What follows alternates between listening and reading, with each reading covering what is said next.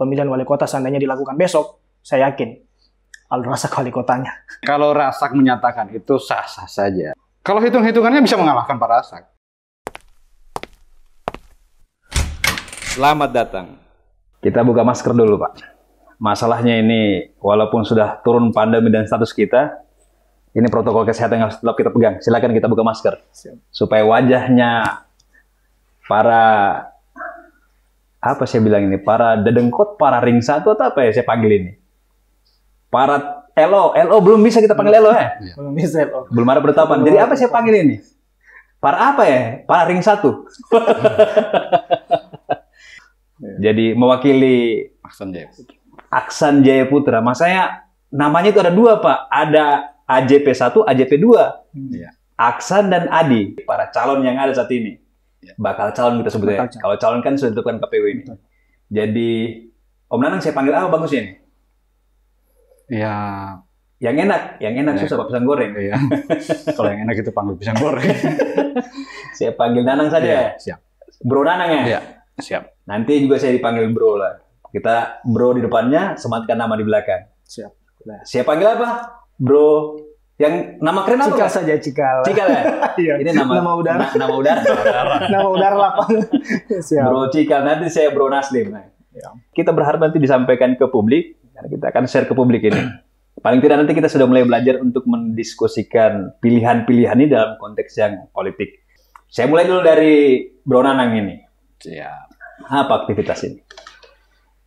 Untuk saat ini, Bro Naslim, masih kegiatan seputar DPR. Untuk saat ini saya dipercayakan oleh Bapak Aksan Jaya Putra Ya. sebagai tenaga pendamping non-PNS. Tenaga pendamping non-PNS dari itu di mana? Di sekretariat di DPRD provinsi. Oh, tapi mendamping khusus Pak Aksan ya? Pak Aksan. Pangkatnya tinggi juga ya? Alhamdulillah.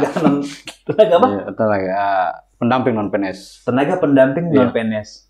Kalau dulu biasa dibilang apa ya? Tenaga ahli bukan? Tenaga ahli. Kalau sekarang sudah berubah nomenklaturnya. Nomenklaturnya. Tenaga ahli non-PNS Iya, yang dipekerjakan kepada anggota DPR. DPR itu melalui SK Gubernur tahun 2020. Oh, SK Gubernur? Iya. Jadi Bro Nanang punya SK Gubernur? Punya dong. Saya pinjam bisa ke sini. Keren sekali itu, Pak. Jadi dulu namanya staf ahli. Iya. Jadi sekarang tenaga non-PNS ya? SK Gubernur. SK Gubernur. Wih, Luan. Bisa kita bagi-bagi hasilnya tuh? Insya Allah. Kirim-kirim juga ada. Bro Cikal, gimana aktivitas? Apa kesibukan ini? Jadi pengacara, pendamping hukum atau apa ini? Alhamdulillah kalau untuk saat ini masih eksis di dunia advokat.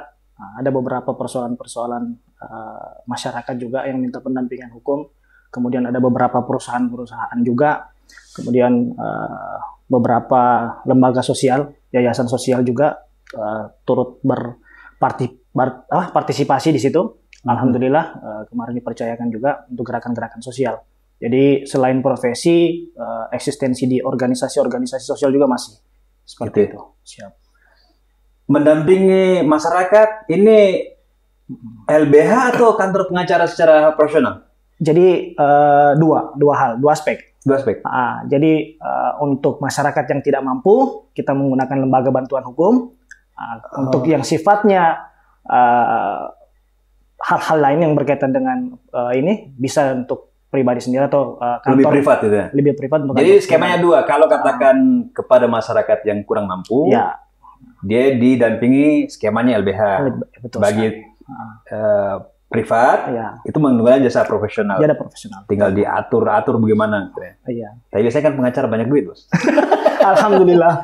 Ternyata tambang ya, Ya, seperti itu. Kayak gitu ya. Jadi kita mau tahu ini. Nanti kita ngobrol bebas aja ya. Siap. Ini kisahnya asal-usul berkenalan atau kemudian menjadi bagian dari orang-orang penting ini, itu di mana? Dari Bro Cikal dulu. Oke. Saya kenal beliau, Pak Razak. Itu lebih dekatnya itu di tahun 2015. Di situ saya masih diamanahkan untuk memegang lembaga organisasi buruh pertama sekali. Organisasi buruh Kota Kendari? Kota Kendari. Sulawesi Tenggara malah. Sulawesi Tenggara. Di situ saya kenal beliau. Ada beberapa perkara pada saat itu yang kemudian kita coba menyelesaikan melalui media non litigasi. Oh, non litigasi. Oke. Kita bawa ke ranah DPR.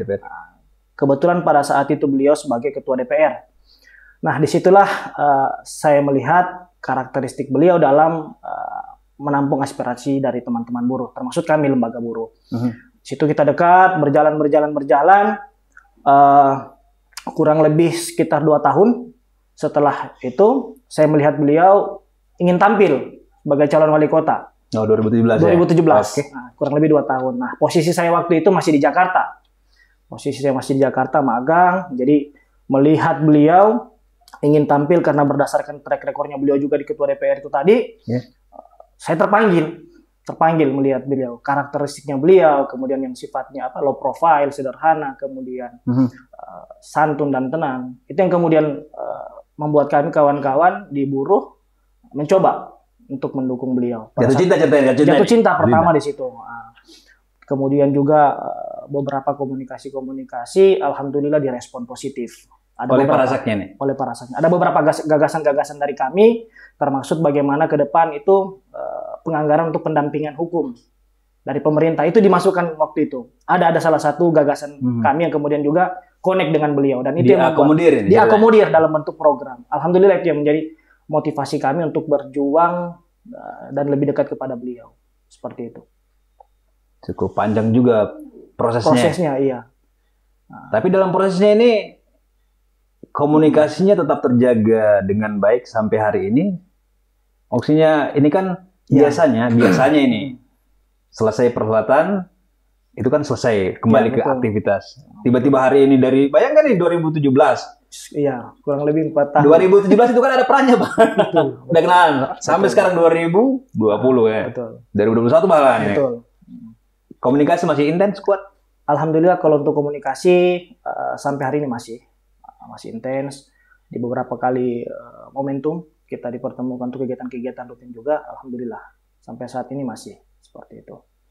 Dan harapan kita, terutama saya pribadi juga, bisa tetap eksis untuk mengawal dan mendampingi beliau sampai di pemilihan 2024. 2017-2024 ini sudah panjang sekali. Mengakar. Iya. Bro Nanang, bagaimana kisahnya sampai bisa ketemu dengan Pak Aksan Jaya Putra? Iya. Jadi Aksan Jaya Putra ini bukan orang lain buat saya. Dalam konteks keluarga? Keluarga. Oh. Masih keluarga. Terus di alumni Semansa, dia adik kelas saya juga. Di angkatan 97, saya 96. Oh, adik kelas? Adik kelas. Nah, berakar dari situ, tali silaturahim ini tidak pernah putus sejak lama. Apalagi beliau itu tahu sendiri kalau saya pernah di lembaga survei. Oh, jadi di pengalaman Bro Nanang di lembaga survei juga menjadi satu hal yang dipertimbangkan. Iya, menjadi tolak ukur kenapa saya harus di situ bersama dia. Tapi yang lebih ini tahun 2019 sebelum Pilcaleg, ketika saya masih di Bawaslu Konut, jadi staf di Bawaslu Konawe Utara, beliau mengharapkan saya membantu penuh beliau ini untuk di Pilcaleg 2019. Akhirnya ikatan emosional inilah yang membuat saya mundur dari Bawaslu, sehingga untuk memaksimalkan pekerjaan di 2019, akhirnya beliau duduk sampai hari ini. Meninggalkan Bawaslu? Bawaslu. Berani tinggalkan Bawaslu? Konsekuensi pertemanan dan kekeluargaan mungkin bagi hebat saya sekali ya. Konsekuensi pertemanan ini bisa kita tinggalkan semua hal, Pak, ini. Kan sudah nyaman ya. Iya. Tapi kan terbayar dengan perjuangannya. Alhamdulillah. Jadi 2019, tapi itu kan kalau masih ada hubungan keluarga kan? Masih. Nepotisme dong. Menurut orang, bagi saya bukan nepotisme. Oh begitu. Bagi saya, mengapa misalnya dalam sumber daya manusia yang sama, kenapa harus ambil orang lain, ada keluarga yang ada? Yang penting kompetensinya mumpuni lah. Kompetensi bisa dibilang mumpuni. Bro Nanang, apa yang istimewa dari seorang Aksan Jaya Putra? Pak Aksan Jaya Putra ini dari sejak masa muda, semenjak SMA, saya lihat memang karakternya, dia pertemanannya itu sangat kuat. Dia tidak memandang rendah orang dan memandang tinggi. Walaupun pada saat itu keluarganya untuk Sulawesi Tenggara dibilang ya keluarga pejabat. Tapi Aksan ini masih seperti biasa. Dia tidak terlalu high. Nah, sampai sekarang itu masih terbawa kebiasaan itu. Sehingga di Pilcaleg kemarin itu dengan tipikal dia yang seperti ini bisa diterima oleh semua kalangan. Nah, ini yang membawa Pak Aksan kemarin sampai di 2019 untuk menjadi anggota DPR Provinsi. Dan sampai hari ini juga masih dan tidak berubah. Makanya sampai hari ini saya tetap mendampingi beliau, insya Allah sampai 2024. Yalah, aku sudah jadi tenaga dan PNS kan enak juga kan. Tadi memang profesionalisme juga kompetensi Bro Nanang kan punya untuk mendampingi. Karena kan kalau jadi anggota DPR itu dulu kan kita kenal dengan tenaga ahli kan. Ya. Nah mereka lah yang membantu para anggota DPR ini untuk mengkonsep, menganalisa dan memberikan brief kepada anggota DPR ya kan. Kita ngobrol bebas kayak begini. 2024 itu nanti ada perhelatannya. Nah, dalam konteks perhelatan ini tentu ada kompetisi, rebut-rebutan lah gitu dia. Kenapa harus mengganti kepemimpinan? Maksud saya, Kota Kendari saat ini boleh dibilang sekarang dalam angka pengangguran dia membaik, artinya angkanya turun. Kemudian IPM itu juga masuk 5 besar. Indonesia nih. Kemudian juga kalau banjir 2 tahun terakhir ini kita tidak dapat lah gitu ya. Ini IPM Kendari meningkat ini. Artinya masuk 5 besar ya. Jogja, Banda Aceh, Jakarta Selatan, Denpasar, dan Kendari. Kendari itu 83,53% itu. Cukup tinggi lah. Pokoknya untuk angka IPM itu signifikan. 5 daerah terbesar. Kemudian kita lihat data statistik juga. Coba Om Ded, mana data statistiknya? Ini dia. Kita lihat, ini tingkat pengangguran ini. Kota Kendari itu 2019 6,15. 2020 kemudian dia meningkat 7,08. Tapi 2021 dia signifikan turun. Jadi 5,19. Walaupun tidak terendah, tapi Kota Kendari itu boleh kita katakan dalam konteks lapangan kerja itu mampu disediakan. Yang kedua, indeks pembangunan manusia ini usia panjang, kesehatan, pendidikan, pengetahuan itu juga mengalami peningkatan yang signifikan, 5 besar loh ini. Kenapa harus kita ganti kepemimpinan? Kenapa tidak mendukung ini? Apa pandangan kawan-kawan? Maksudnya kan sekarang lagi ayo dukung Pak Razak, ayo dukung AJP gitu dia. Apa konsen kita ini? Jadi begini Bro Nasir. Konsep bahwasanya Aksan Jaya Putra akan bertarung di 2024 nanti. Ya. Sebenarnya belum sampai ke sana Pak Aksan ini. Artinya belum ada keputusan bertarung? Belum. Hanya ini dorongan dari teman-teman bawah. Teman-teman yang ada di akar rumput. Karena sampai saat ini yang saya tahu Bapak Aksan Jaya Putra ini masih berkonsentrasi di DPRD provinsi ya, untuk menjawab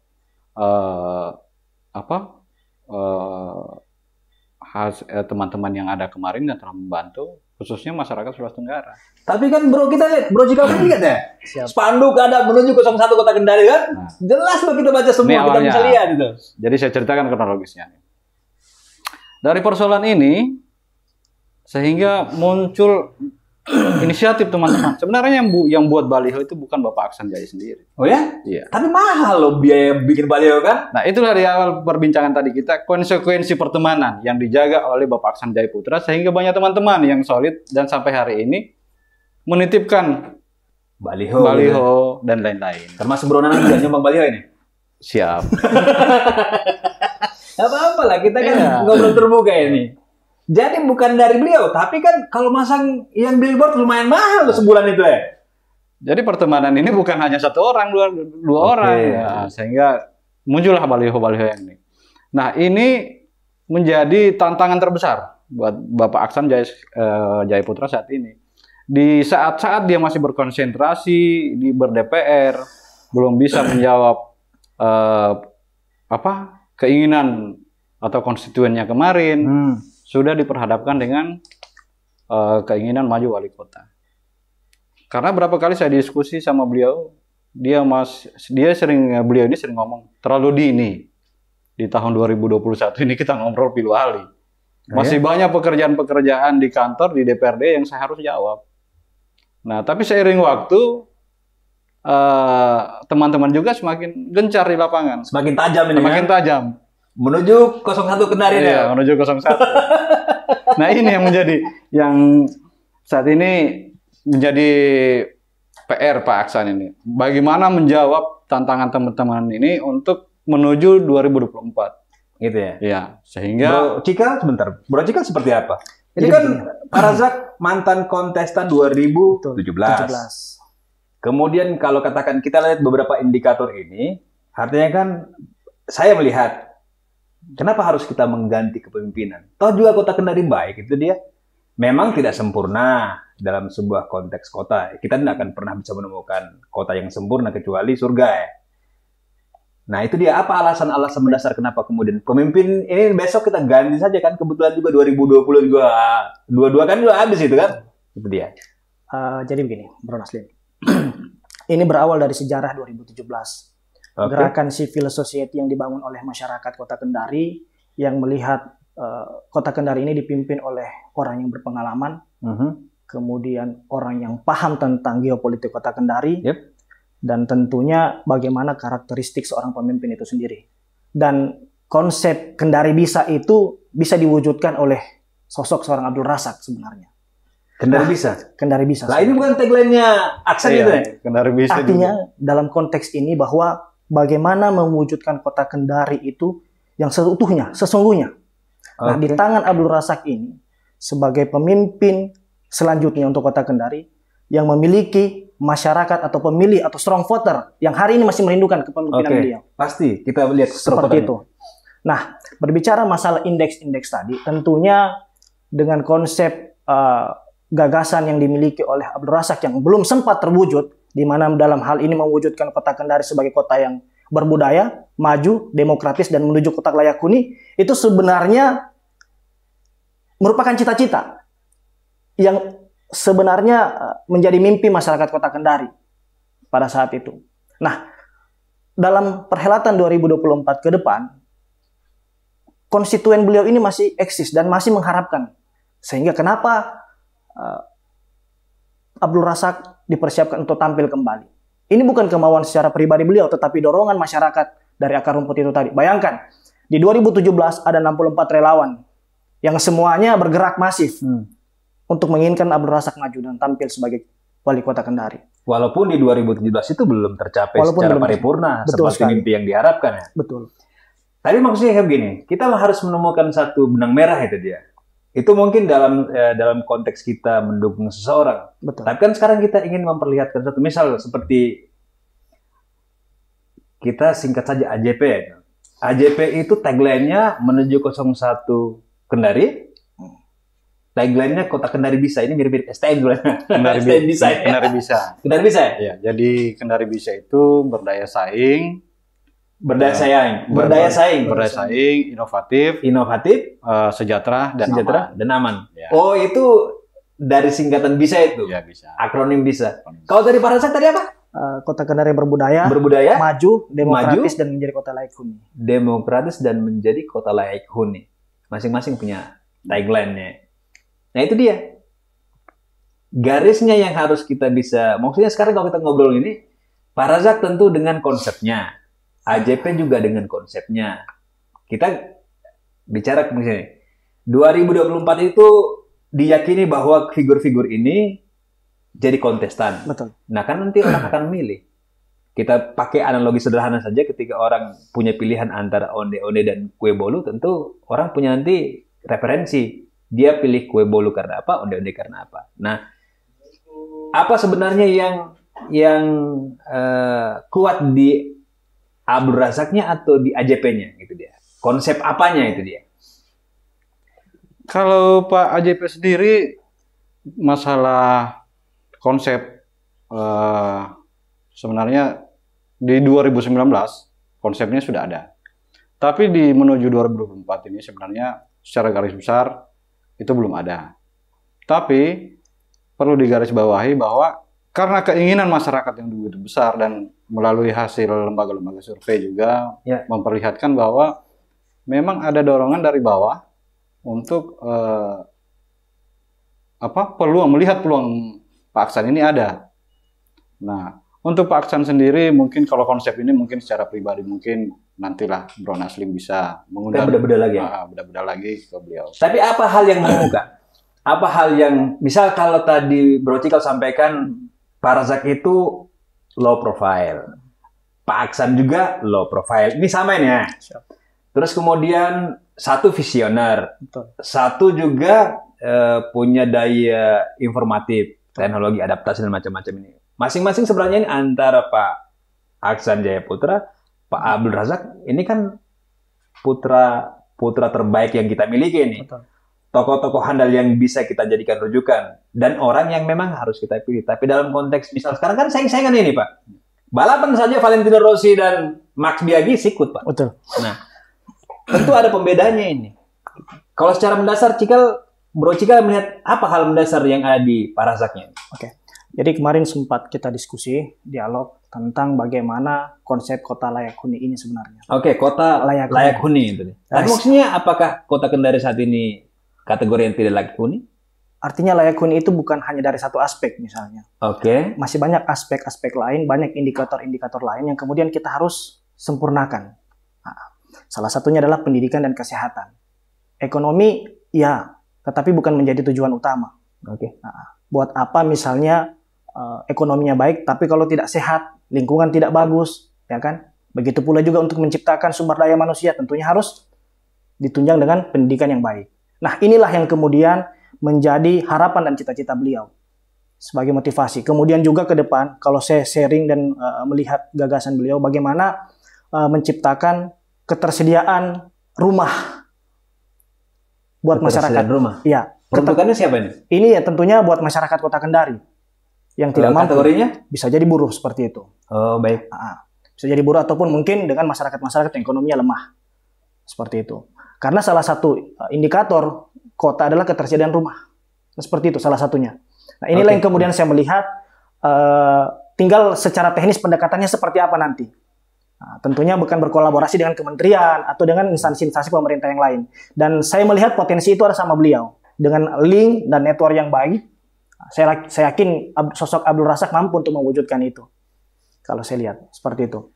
Kita itu ngobrol tadi masalah-masalah yang serius. Ya. Berkerut keningnya kita. Tapi di balik itu apa sebenarnya yang menyenangkan dari figur-figur ini? Apa yang menyenangkan dari Pak Aksan Jayaputra? Kalau Pak Aksan ramah orangnya, sama siapa saja. Tidak terangkat jadi punya kaca mobil kalau dia langgar depan. Artinya itulah tadi yang saya bilang, kenapa sampai hari ini beliau bisa duduk di DPR? Ya karena itu dia tidak pernah memandang sosok siapa saja, entah yang bawah atau yang atas itu, komunikatif orangnya, sehingga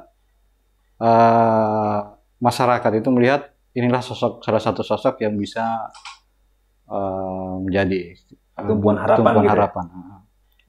Bro Cikal, apa yang menyenangkan dari Pak Razak ini? Kalau saya itu penampilan pertamanya beliau. Kalau dia sudah senyum itu luar biasa, lewat semua.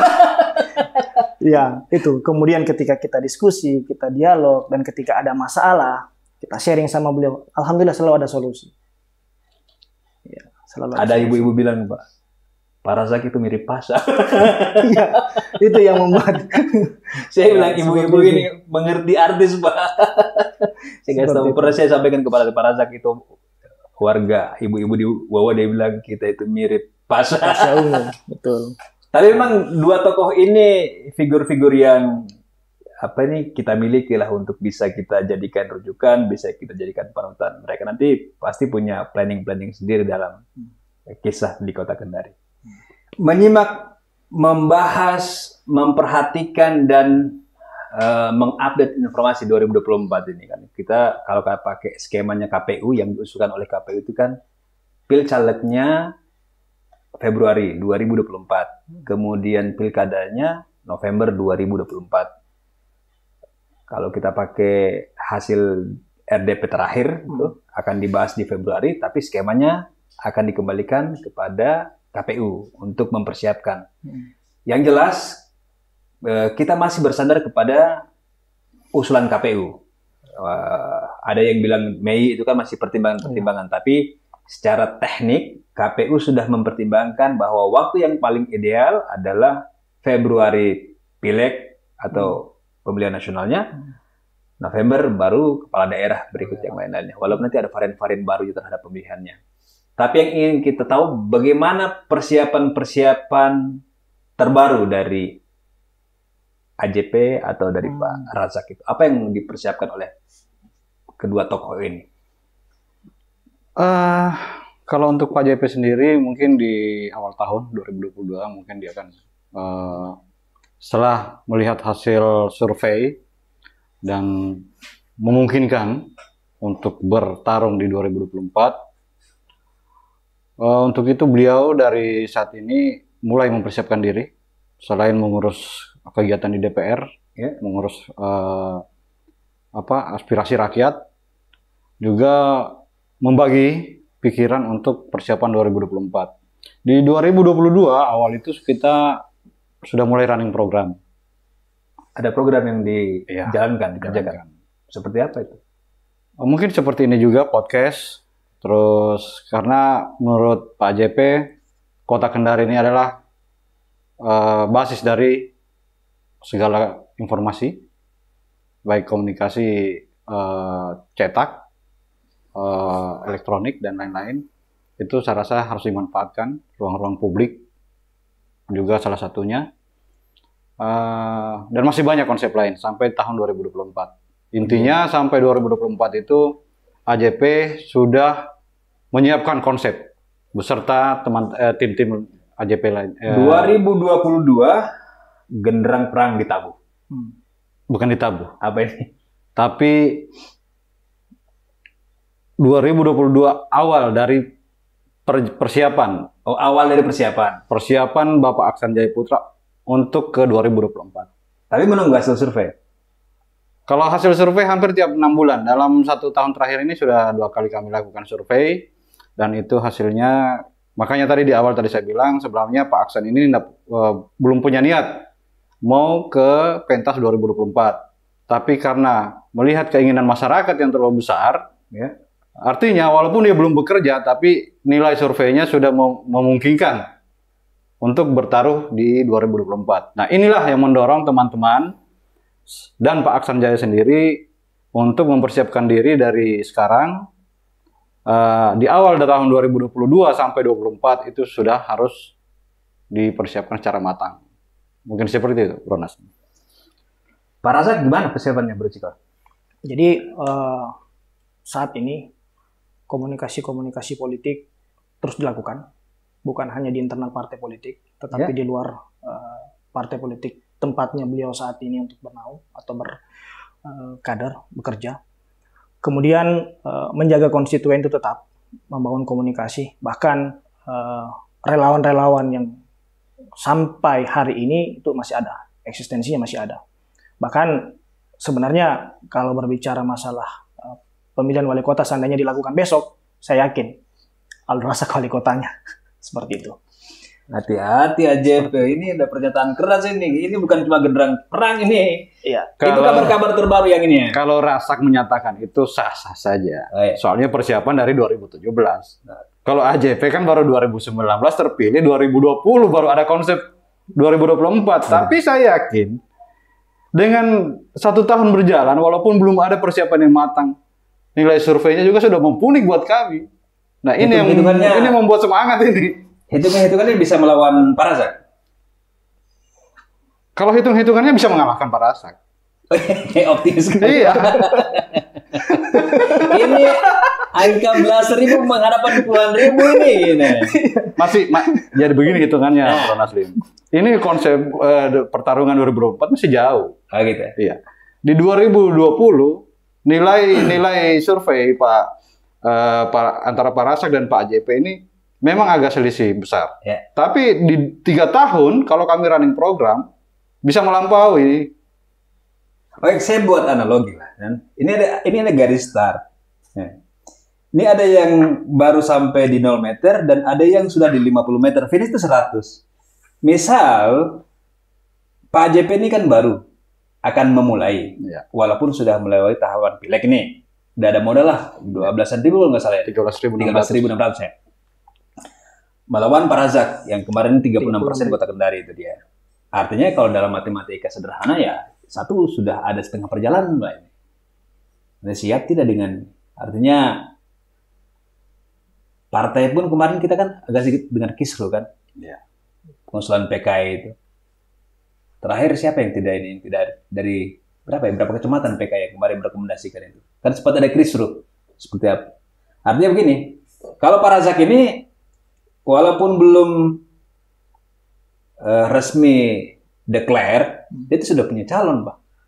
Artinya kesiapan-kesiapan ini orang sudah bisa saksikan dan lihat dengan gerakan-gerakan. Kalau saya salah itu mereka kan asli kan? Asli, betul.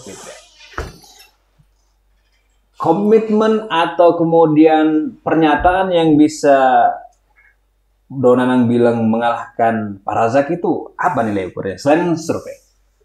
Ya pertama, kenapa saya bisa mengatakan demikian? Ya pertama saya harus optimis dulu dong, bahwa Pak Aksan ini memang Ini bukan menghibur diri, bukan nih. Tapi memang harus optimis memang. Ini menantang pasukan mereka itu udah kencang ini. Maaf ini. Udah kencang pasukan mereka lah. Iya. Jadi begini, jadi hitungan kami itu Pak Razak dari 2017. Oke. Seharusnya di hitungan survei dia harus sudah bisa sampai 30 sampai 40 digit, ya kan? Nah, di survei 2 kali survei ternyata Pak Razak hanya segitu-segitu saja. Menurut kami ya, maaf nih. Menurut kami. Dia stagnan. Nah, AJP 2 kali survei, dia berlari kencang. Nah, kenapa ini kita tidak pacu terus sampai bisa menyaingi rival teratas? Nah, rival teratas dulu. Rival teratas ini Pak Razak. Untuk saat ini yang kami hitung Pak Razak. Oh, yang lain tidak? Tidak. Jangan berlebihan bro. Jangan karena ada vertikal di sini. Betul. Di situ masih ada Pak Zulkarnain loh ya. Jangan dihapus ya. Kompetisi masih kuat ini. Artinya kalau kita sekarang begini melihat, ini kita ngobrol saja ini. Seorang Aksan Jayaputra punya optimisme lewat Bro Nanang bisa mengalahkan Pak Razak yang dulu pernah 36% terpilih di Kota Kendari. Dan juga ya, saat ini ada wali kota lah, incumbent yang lagi.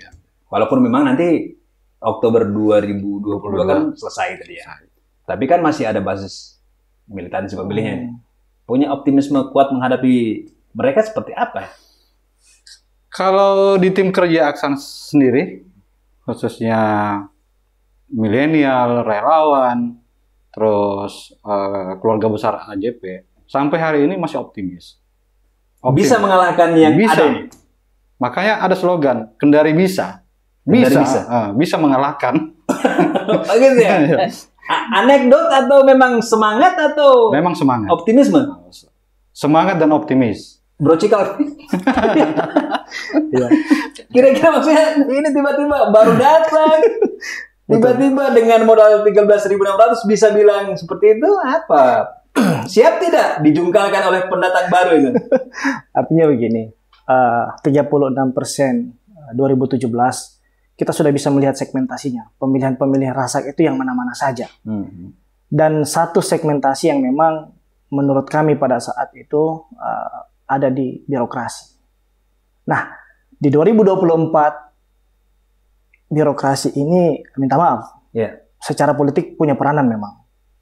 Tidak bisa secara politik ya, jadi kita ngomong ini, ASN itu secara terang benderang tidak dibolehkan. Tidak dibolehkan. Tapi gerakan, gerakan bawah tanahnya ini, gerakan senyapnya ini, betul. Itu dianggap bisa menguatkan, mempengaruhi, sangat menguatkan, sangat mempengaruhi dan menguatkan beliau. Sehingga itu tadi saya katakan bahwa selain strong voter yang sudah ada, kita membangun komunikasi-komunikasi juga terhadap rekan-rekan di birokrasi. Kita berharap itu bisa menjadi sebuah daya dukung paripurna untuk mengantarkan Abdul Razak menjadi wali kota Kendari. Begitu ya? Seperti itu. Tidak takut dengan kehadiran keluarga pejabat? Artinya Anak bupati loh yang bertarung ini. ketika rakyat sudah berkehendak, Ya. suara rakyat sudah bersatu, maka tidak akan ada yang dapat mengalahkan suara rakyat.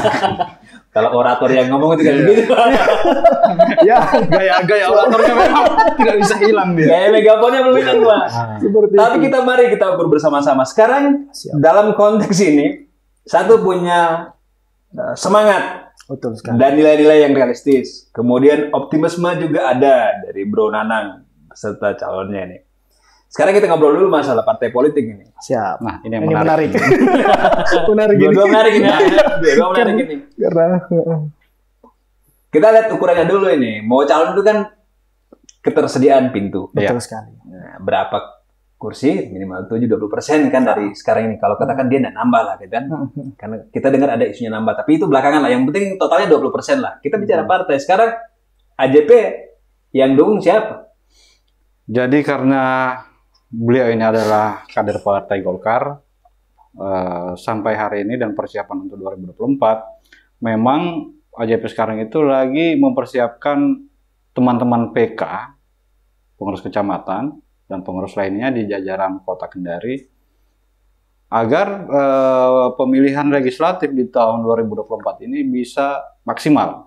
Artinya kalau tadinya kalau hari ini Golkar mendapat 5 kursi, di tahun 2024 itu harus bisa merebut kursi ketua. Nah, itu pekerjaan pertama. Yang kedua, komunikasi politik antara lintas partai juga harus. Misal partai siapa? Lintas partai. Nasdem punya Pak Razak. Bisa jadi Nasdem dan PDIP dan partai-partai lain juga tidak menutup kemungkinan kita bangun komunikasi. Kalau PDIP ada kader lah. Ada anak lorong walaupun belum ketahuan hari ini kan. Ya. Artinya sampai hari ini pun kader-kader partai partai politik belum mencetuskan bahwa siapa-siapa yang akan masuk sebagai kader yang masuk nanti di kancah 2024. Tapi Aksan Jaya Putra memang dari dulu sudah menerapkan ini untuk selalu berkomunikasi dan membuka ruang diri untuk berkomunikasi dan segala. Tapi kan ada Pak Inatas lah ketua DPC. Dia kan juga kalau saya beberapa saat terakhir ini juga mulai gencar gitu ya. Artinya bukan karena persoalan pribadi, tapi dia sebagai kader. Oh, sebagai kader. Iya, sebagai kader. Kalau dari Pak Razak gimana? Ya, jadi memang Nasdem saat ini tempatnya beliau. Seperti yang saya sampaikan sebelumnya tadi, bahwa beliau sudah membangun komunikasi-komunikasi politik juga dengan lintas partai. Salah satunya adalah Partai Gerindra. Bahkan kemarin juga Gerindra sudah nyatakan sikap. Gerindra sudah nyatakan sikap untuk mendukung pasangan Abdul Razak ini. Seperti itu. dan Pak Andi Solibo. Pak Andi Solibo. Artinya dua partai politik yang mungkin saat ini sudah menjadi dasarnya beliau, itu bisa menjadi salah satu instrumen ke depan. Nah, tinggal kita lihat hasil di 2024 bulan Februari, hasil pileg. Ini juga sangat menentukan. Ya. Artinya tidak bisa dipungkiri bahwa momentum pemilihan legislatif sangat menentukan sekali semua. Seperti itu. Sehingga baik pribadi Pak Razak, Pak Andi Solibo, ataupun partai-partai yang lain, itu akan ditentukan pada saat pemilihan legislatif nantinya. Ya. Seperti itu. Tapi kan ini kalau melihat Kota Kendari ini harus ada koalisi dan arahnya. Betul. Kalau kan sekarang saya kabar terakhir itu Pak Razak justru dicabut dari Bapilu gitu ya. Digantikan oleh Pak Raji Untumada gitu dia. Dalam konteks pencalonan ini kan punya makna yang banyak. Betul. Dan perspektif yang bisa berbeda-beda kan. Kalau katakan misalnya Nasdem mengambil keputusan sendiri mendukung yang lain, kemana Pak Razak berlabuh? Ke Gerindra? Jadi dinamika internal partai politik biasanya seperti itu. Tetapi saya yakin bahwa ketika sebuah partai ingin menjadi sebuah organisasi yang besar, tentunya kader-kader potensial tidak serta-merta segampang itu untuk kemudian tereliminir, ya kan? Seperti itu. Nah, persoalan misalnya Abdul Razak hari ini tidak diberikan kewenangan untuk menggunakan partai Nasdem misalnya, saya yakin pasti masih ada partai politik yang bisa melihat beliau sebagai sosok yang dapat memimpin Kota Kendari. Seperti itu. Dan saya melihat secara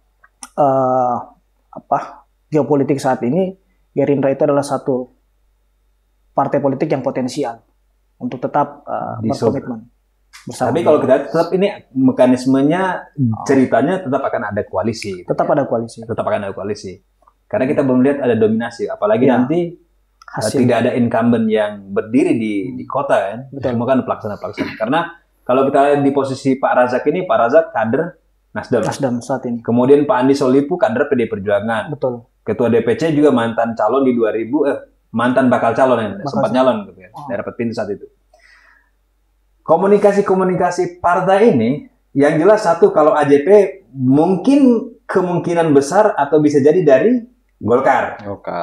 Pak Razak kemungkinan terbesarnya dari mana? Dari Nasdem kah atau dari Gerindra kah? Gerindra lah, kan dia belum kader gitu. Nah inilah ganti jaket. Sikap. Oleh karena itu kami juga dari relawan sangat menunggu sikap politik beliau, ketegasan politik beliau. Kapan kira-kira momentum yang tepat? Ataukah ada pertimbangan-pertimbangan lain untuk mempersiapkan menghadapi pemilihan legislatif? Karena itu sangat penting memang, sangat penting. Sehingga ketegasan beliau, sikap politik beliau ditentukan untuk menghadapi pemilihan wali kota ke depan. Jadi semua itu tergantung kepada pertimbangan beliau untuk tampil di pemilihan legislatif ke depan. Baik, nanti ini kita akan lihat perkembangan dan dinamikanya ke depan. Betul sekali. Tapi kan dinamika partai politik ini selalu, dia hangatnya seperti Honda. Pelan-pelan dari panasnya luar biasa kan. Iya betul. Dan dalam perhelatan itu kita ingat di 2017 itu Pak Razak pada akhirnya tidak dicalonkan oleh PAN. Iya, itu dicalonkan oleh partai lain. Bro Cikal tidak khawatir atau tidak trauma dengan peristiwa 2017 itu dia. Jangan sampai kemudian ini ada penantang baru ini. Ya. Dulu kita sempat dengar kabar Bu Wali Kota hari ini itu kan, betul, yang kemarin sempat menjabat itu kan orang underestimate lah gitu dia kan. Tapi kemudian tiba-tiba bisa membalikan fakta politik yang ada di Kota Kendari. Ada pertimbangan persiapan teman-teman? Iya, jadi memang kita mengacu kepada pengalaman masa lalu. Partai politik dalam hal ini PAN ya waktu itu, beliau cukup juga punya andil untuk membesarkan PAN bersama Pak Asrun dan Pak Nur Alam pada saat itu. Toh juga secara politik beliau tidak menggunakan Partai Amanat Nasional pada saat, sehingga didukung oleh Partai Golkar dan Nasdem pada saat itu. Nah, persiapan-persiapan itu dan pengalaman itu tentunya menjadi sebuah pelajaran yang sangat berharga buat pribadi seorang Abdul Razak. Sehingga saya yakin dan percaya bahwa beliau untuk menuju 2024 dan menjawab rasa dukungan masyarakat ini, maka dia harus mempersiapkan hal-hal tersebut. Salah satunya itu tadi partai politik. Sehingga tadi saya katakan juga bahwa Pak Abdul Razak ini sudah membangun komunikasi-komunikasi ke partai-partai lain. Tinggal kita menunggu seperti apa sikap politik beliau. Bagi kami yang terbaik apa yang sudah ditetapkan oleh Pak Abdul Razak untuk kemana persiapan beliau. Artinya kemanapun Pak Abdul Razak berkiprah, mau ke partai yang warnanya putih atau hitam. Pokoknya kesanalah arahnya. Kesana semua, iya. Seperti itu. Bro Nanan, artinya kalau kita lihat pengalaman 2017, apakah itu juga yang menjadi salah satu semangat dari Aksan Jaya Putra melawan? Ini kalau saya bilang salah satu senior yang sangat bisa diperhitungkan di pentas politik Kota Kendari. Jadi kalau dibilang AJP terhadap pengalaman, beliau ini di kontes pilkada, saya bilang cukup terlatih. Kenapa saya bilang begitu? Karena dari 2005 sampai 2020 kemarin masih tetap mendampingi orang tuanya, dalam hal ini Bupati Konawe Selatan saat ini Pak Haji Sarudin, membantu beliau dalam kancah pilkada. Jadi dari proses itu menjadi man behind the match, orang yang behind the scan, di balik layar. keberhasilan Pak Sahrul ini tidak lepas juga dari putra-putra beliau. Dalam hal ini ada Aksan dan saudaranya. Nah, ini yang membuat keluarga optimis sampai hari ini, teruji di Pilcaleg. Dia mampu menempa dirinya tanpa menggunakan embel-embel Sahrul sebagai bupati konsep. Ya. Dia bisa membangun profil politiknya di dalam kota Kendari sehingga mampu meraih suara terbanyak. Nah, ini yang kami sampai saat ini masih sangat optimis dengan spirit ini yang dimiliki oleh Pak JP untuk membawa dia ke 2024. Pengalaman pribadi. Apalagi sekarang dia sudah duduk di DPRD provinsi. Otomatis komunikasi politik dengan partai-partai lain melalui teman-teman DPR dan ketua-ketua DPR, ketua-ketua partai, maksud saya teman-teman partai dan ketua-ketua partai baik di DPP maupun di DPW itu sudah terjalin. Nah, persiapan di 2024 Pak JP sendiri ya seperti tadi yang saya katakan, komunikasi lintas partai itu sudah mulai dilakukan sampai hari ini. Ini kan bisa jadi komunikasi Pak Razak lintas partai, komunikasi AJP lintas partai, ternyata rebut-rebutan satu partai. Jadi kan partai juga begini, Bro Nasri. Jadi partai ini ketika hasil survei seseorang itu bisa dilirik dan berpeluang untuk memenangkan pertarungan, why not? Kenapa tidak untuk partai yang lain? Karena partai pada intinya tidak mau kalah dalam pertarungan. Itu pastilah. Partai mana ada yang mau pilih calon kalah kan? Tapi yang dihadapi juga raksasa ini. Ya. Makanya AJP sampai saat ini ya dari awal 2022 ini akan running program dan running segalanya. Oke, apa statement terbaik yang Bro Nanang miliki untuk melawan kubu Pak Razak ini? Ini masih kecil ini. Secara survei Pak Razak itu masih di atas. Di internal Bro Nanang kan dan Pak AJP kan. Apa statement terbaik untuk melawan kebesaran Pak Razak di Kota Kendari? Kalau kami di pemenangan AJP, khususnya Pak AJP pribadi saat ini, kalau untuk yang lain kami tidak ada ini. Yang penting kami bagaimana memotivasi tim kami sendiri supaya tetap semangat bekerja dan bisa memenangkan pertarungan. Itu saja. Masalah kandidat lain biarkanlah mereka bekerja dengan caranya mereka sendiri. Ya, tapi kan pasti kompetisi, Bro. Ya kompetisi, silakan dengan kompetisinya mereka sendiri. Kami juga jalan dengan metode kami sendiri. Oh, gitu ya. Ya, kami tidak mau menghardik orang, tidak mau mencela orang dan mencaci orang. Itu adalah pembelajaran politik yang salah. Dan itu selalu ditekankan oleh Pak JP. Kalau Bro Cikal, apa statement terbaik yang Bro Cikal miliki? Ini ada pendatang baru ini. Kecil-kecil cabai rawit ini. Hati-hati keluarga pejabat ini, anak bupati Konsel. Ya. Jadi menurut kami bahwa jabatan itu adalah amanah. Jabatan itu adalah amanah. Ketika beliau sudah diberikan amanah, maka sebaik-baiknya adalah menjalankan amanah itu. Tugas kami setelah beliau terpilih, tentunya kita akan mengawal kebijakan itu. Jadi kita tidak biarkan beliau berjalan sendiri untuk mengelola Kota Kendari ini. Di dalam proses perjalanan itu tentunya banyak tantangan. Tapi saya yakin bahwa tidak ada kesulitan yang tidak dapat dilalui. Fa inna ma'al usri yusra, inna ma'al usri yusra. Seperti itu.